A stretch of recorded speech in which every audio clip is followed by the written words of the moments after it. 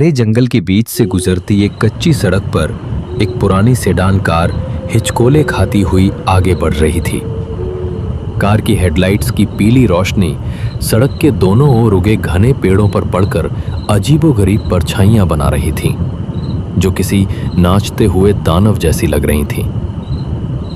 दूर कहीं सियारों के हुआ हुआ करने की आवाज गूंज रही थी, जो रात के सन्नाटे को और भी भयानक बना रही थी।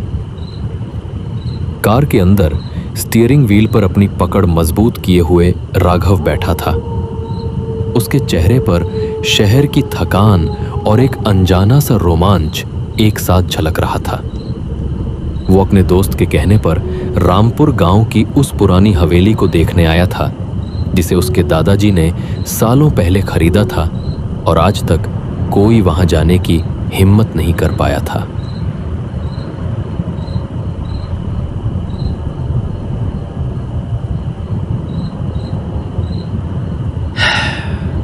अजीब गांव है ये रामपुर। न कोई साइन बोर्ड, न कोई रोशनी।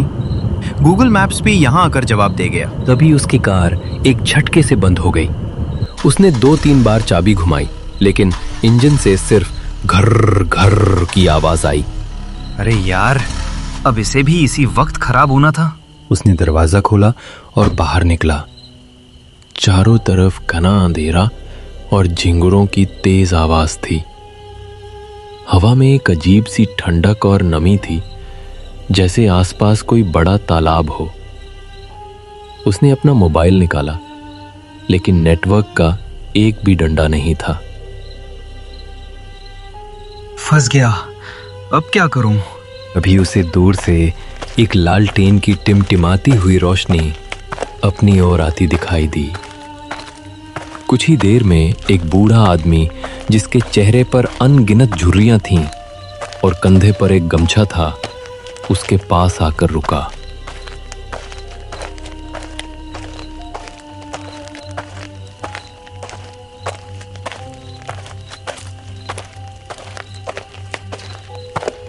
क्या हुआ बेटा, गाड़ी बिगड़ गई का? हाँ बाबा, बंद पड़ गई है। क्या आसपास कोई मैकेनिक मिलेगा? बूढ़े आदमी ने राघव को ऊपर से नीचे तक देखा और फिर उसकी कार पर एक नजर डाली। इतनी रात को यहाँ क्या कर रहे हो बेटा? ये रामपुर का रास्ता है, यहाँ दिन में भी परिंदा पर नहीं मारता। जी, मैं इसी गांव में आया हूँ। वो जो पुरानी हवेली है ना, ठाकुर साहब की। हवेली का नाम सुनते ही बूढ़े आदमी की आंखों में एक अजीब सा खौफ तैर गया। उसके चेहरे का रंग उड़ गया। हवेली? अरे बेटा, कहाँ मौत के मुंह में जा रहे हो? लौट जाओ शहर। वो हवेली नहीं, भूतहा खंडहर है। शैतानी हवेली कहते हैं उसे। आज तक जो भी रात में वहां गया, उसकी सुबह किसी ने नहीं देखी। अरे बाबा, ये सब पुरानी बातें हैं। मैं भूत प्रेत में विश्वास नहीं करता। विश्वास? अरे जब वो लाल साड़ी वाली सामने आकर खड़ी हो जाएगी ना, तो सारा विश्वास पल भर में टूट जाएगा। अपनी जान प्यारी है तो जैसे आए हो वैसे ही लौट जाओ। इतना कहकर बूढ़ा आदमी तेजी से आगे बढ़ गया, जैसे वो एक पल भी वहां रुकना नहीं चाहता हो। राघव उसे जाते हुए देखता रहा। अजीब आदमी था। गांव वाले भी ना कहानियां बनाने में माहिर होते हैं। उसने अपनी कार को सड़क के किनारे लगाया और अपना बैग उठाकर पैदल ही हवेली की ओर चल पड़ा। बूढ़े की बातें उसके दिमाग में घूम रही थीं और अब उसे वाकई थोड़ा डर लगने लगा था। लगभग आधे घंटे चलने के बाद राघव उस जगह पहुंचा जहां विशाल टूटी फूटी हवेली एक काले पहाड़ की तरह खड़ी थी। चांदनी रात में उसका डरावना साया जमीन पर फैल रहा था। हवेली का विशाल लोहे का गेट आधा उखड़ा हुआ था और उस पर जंगली बेलें लिपटी हुई थीं। चारों तरफ मौत जैसा सन्नाटा पसरा हुआ था, जिसे कभी कभी हवा के झोंकों से पेड़ों के पत्तों की सरसराहट तोड़ देती थी। तो ये है वो शैतानी हवेली। देखने में तो वाकई किसी हॉरर फिल्म का सेट लग रही है। उसने गेट को धक्का दिया। चर चर की एक कर्कश आवाज के साथ गेट खुल गया। अंदर का बगीचा पूरी तरह उजड़ चुका था। सूखी घास और जंगली झाड़ियां हर तरफ फैली हुई थीं। बीच में बना संगमरमर का फव्वारा अब काई और गंदगी से ढका था। राघव धीरे धीरे कदम बढ़ाता हुआ हवेली के मुख्य दरवाजे तक पहुंचा। दरवाजा सागौन की लकड़ी का बना था, जिस पर खूबसूरत नक्काशी अब धूल और मकड़ी के जालों के नीचे छिप गई थी। उसने दरवाजे को धकेला। कड़ाक की भयानक आवाज के साथ दरवाजा अंदर की ओर खुल गया। अंदर घुसते ही उसे एक अजीब सी गंध महसूस हुई। धूल, सीलन और सड़ती हुई लकड़ी की मिली जुली गंध।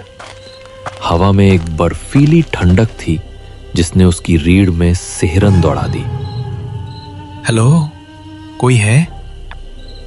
उसकी आवाज खाली हॉल में गूंज कर रह गई। तभी धड़ाम की एक जोरदार आवाज के साथ मुख्य दरवाजा अपने आप बंद हो गया।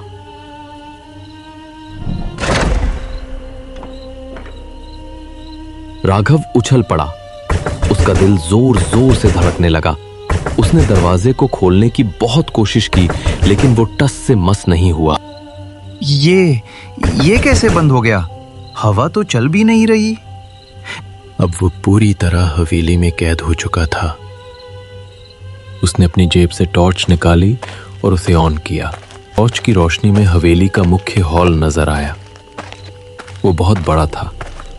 छत से एक विशाल झूमर लटका हुआ था जो अब धूल और जालों से अटा पड़ा था। दीवारों पर बड़ी बड़ी तस्वीरें टंगी थीं, लेकिन धूल की परत के कारण चेहरे पहचान में नहीं आ रहे थे। एक कोने में एक पुराना ग्रैंड पियानो रखा था जिसकी चाबियां पीली पड़ चुकी थीं। लगता है यहां सालों से कोई नहीं आया। कितनी खूबसूरत जगह रही होगी कभी। वो धीरे धीरे आगे बढ़ा। उसके जूतों की आवाज के अलावा कोई और आवाज नहीं थी। अचानक उसे अपने पीछे किसी के पायल की छम छम की हल्की सी आवाज सुनाई दी। वो तुरंत पलटा। कौन है? पीछे कोई नहीं था, सिर्फ अंधेरा और सन्नाटा। शायद मेरा वहम है। इस बूढ़े ने दिमाग खराब कर दिया है। वो आगे एक गलियारे की ओर बढ़ा। गलियारे की दीवारों पर कई शीशे लगे हुए थे जो अब धुंधले पड़ चुके थे। जैसे ही वो एक शीशे के सामने से गुजरा, उसे एक पल के लिए ऐसा लगा जैसे शीशे में उसके चेहरे की जगह किसी और का भयानक बिगड़ा हुआ चेहरा दिखाई दिया हो। वो रुका और वापस शीशे के पास गया। उसने टॉर्च की रोशनी शीशे पर मारी।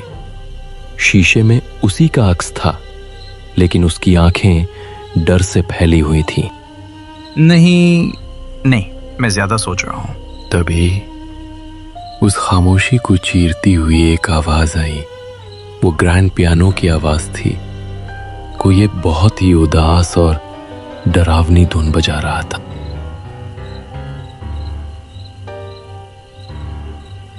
राघव के रोंगटे खड़े हो गए। वो दौड़कर वापस हॉल में आया। पियानो के पास कोई नहीं था, लेकिन उसकी कुछ चाबियां अपने आप ऊपर नीचे हो रही थीं, जैसे कोई अदृश्य हाथ उन्हें बजा रहा हो। कौन हो तुम? सामने आओ। धुन अचानक बंद हो गई। हॉल में फिर से वही भयानक खामोशी छा गई। तभी उसकी नजर सीढ़ियों पर पड़ी। ऊपर की मंजिल के अंधेरे में उसे एक धुंधली सी आकृति दिखाई दी। एक औरत जिसने लाल रंग की साड़ी पहनी हुई थी। उसके बाल कमर तक बिखरे हुए थे और उसका चेहरा बालों से ढका था। तुम कौन हो? वो आकृति धीरे धीरे सीढ़ियों से नीचे उतरने लगी। उसकी चाल में कोई आवाज नहीं थी, जैसे वो हवा में तैर रही हो। जैसे जैसे वो पास आती गई, राघव को उसके आसपास की हवा और भी ठंडी महसूस होने लगी। जब वो हॉल के बीच में पहुंची तो उसने धीरे से अपना चेहरा ऊपर उठाया। राघव की चीख निकल गई। उसकी आंखों की जगह 2 काले गहरे गड्ढे थे, जिनमें से एक खोखला अंधेरा झांक रहा था। उसके होंठ काले पड़ चुके थे और चेहरे पर सूखी हुई नसों का जाल बिछा था। तुम यहाँ क्यों आए हो? उसकी आवाज पूरे हॉल में गूंज रही थी, जैसे कोई गहरे कुएं से बोल रहा हो। मैं तो बस ये हवेली ये हवेली मेरी है, सिर्फ मेरी। और जो भी यहाँ आता है वो वापस नहीं जाता। ये कहते हुए वो एक झटके में राघव के बिल्कुल सामने आ गई। उसकी बर्फीली सांसें राघव के चेहरे से टकराईं।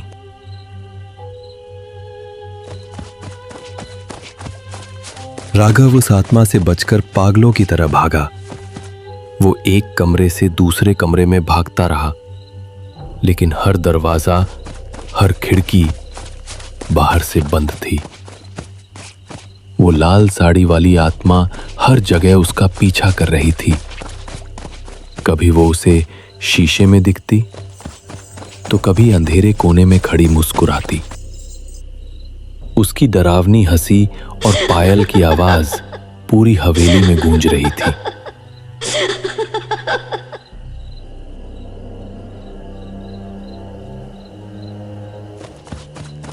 भागते भागते राघव एक पुराने पुस्तकालय में पहुंच गया। उसने दरवाजा अंदर से बंद कर लिया और हांफने लगा। ये सच है। गांव वाले सही कहते थे। ये कोई शैतानी जगह है। मुझे यहां से निकलना होगा। उसकी नजर एक बड़ी सी मेज पर रखी एक पुरानी चमड़े की जिल्द वाली डायरी पर पड़ी। उसने कांपते हाथों से डायरी उठाई। वो रानी पद्मिनी की डायरी थी, जो इस हवेली की आखिरी मालकिन थी। उसने डायरी खोलनी शुरू की। पन्ने पीले और कमजोर हो चुके थे। आज हमारी शादी को 1 साल हो गया है। महाराज हमसे बहुत प्रेम करते हैं, लेकिन उनके सेनापति विक्रम सिंह की नजरें मुझे अच्छी नहीं लगती। वो मुझे अजीब तरह से घूरता है। आज विक्रम ने महाराज से मेरे बारे में झूठी शिकायतें की। उसने कहा कि मेरा किसी और के साथ संबंध है। महाराज ने उसकी बातों पर विश्वास कर लिया। वो मुझसे बहुत नाराज हैं। आज वो काला दिन है। महाराज ने मुझे धोखा देने के इल्जाम में मौत की सजा सुनाई है। विक्रम मुझे इस कमरे में खींचकर लाया और उसने मेरी जान ले ली। मैं बदला लूंगी। मैं विक्रम को और इस हवेली में आने वाले हर मर्द को नहीं छोड़ूंगी। मेरी आत्मा यहीं भटकेगी, हमेशा हमेशा के लिए। राघव ने डायरी बंद कर दी। अब उसे सब कुछ समझ आ गया था। वो आत्मा रानी पद्मिनी की थी, जो अपनी बेवफाई से हुई मौत का बदला लेना चाहती थी। पढ़ ली मेरी कहानी। अब तुम भी मेरे बदले का हिस्सा बनोगे।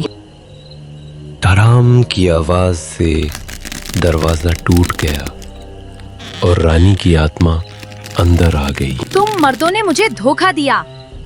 अब मैं तुम में से किसी को नहीं छोड़ूंगी। तुम्हारी आत्मा भी मेरे साथ इस हवेली में कैद रहेगी।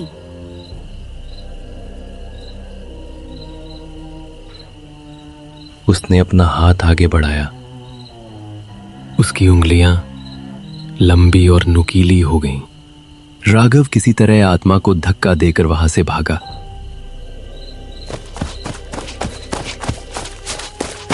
वो भागता हुआ तहखाने की सीढ़ियों तक पहुंचा।